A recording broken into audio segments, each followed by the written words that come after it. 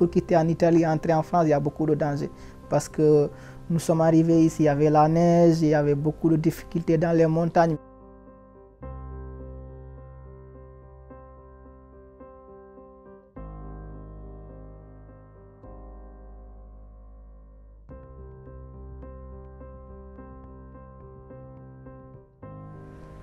Donc nous sommes ici juste à quelques centaines de mètres de la frontière italienne. Les jeunes migrants qui passent la frontière italienne ici ont pratiquement tous vécu des expériences extrêmement traumatiques. Les jeunes font un très grand détour par la montagne pour pouvoir échapper au contrôle de police et échapper aux patrouilles de police et un certain nombre de pratiques abusives qui ont été documentées, notamment des refus abusifs d'entrer sur le territoire. Ça leur fait prendre des risques très importants.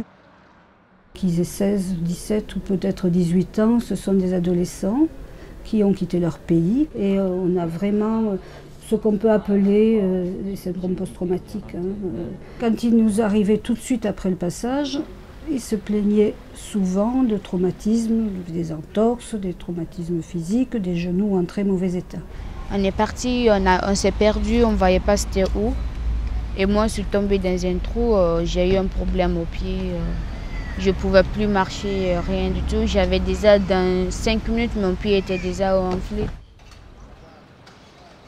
Des enfants migrants nous ont raconté avoir été sommairement rejetés par la police française quand ils se sont présentés au poste de police, alors que normalement, ils devraient pouvoir être pris par les autorités.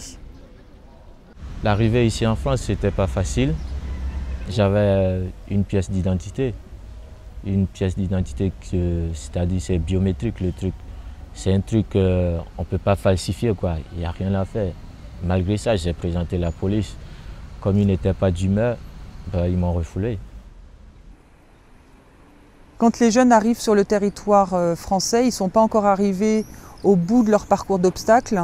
Et le principal obstacle qui se présente à eux est celui de l'évaluation de l'âge, qui est vraiment le point d'entrée dans le système de protection auquel ont droit ces mineurs et qui s'assure que les jeunes qui en ont besoin puissent avoir accès à l'éducation, à la santé ou à l'hébergement.